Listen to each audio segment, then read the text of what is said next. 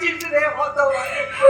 তুই আমার কাছে এতগুলো মিথ্যে কথা তুই বলতে পারলি, তুই বলতে পারলে। বাবা,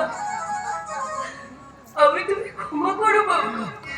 এছাড়া যে আমার আর কোনো উপায় ছিল না বাবা। তুমি চলে যাও বাবা, আর কখনো কোনোদিন তুমি এখানে এসো না। আসবো না রে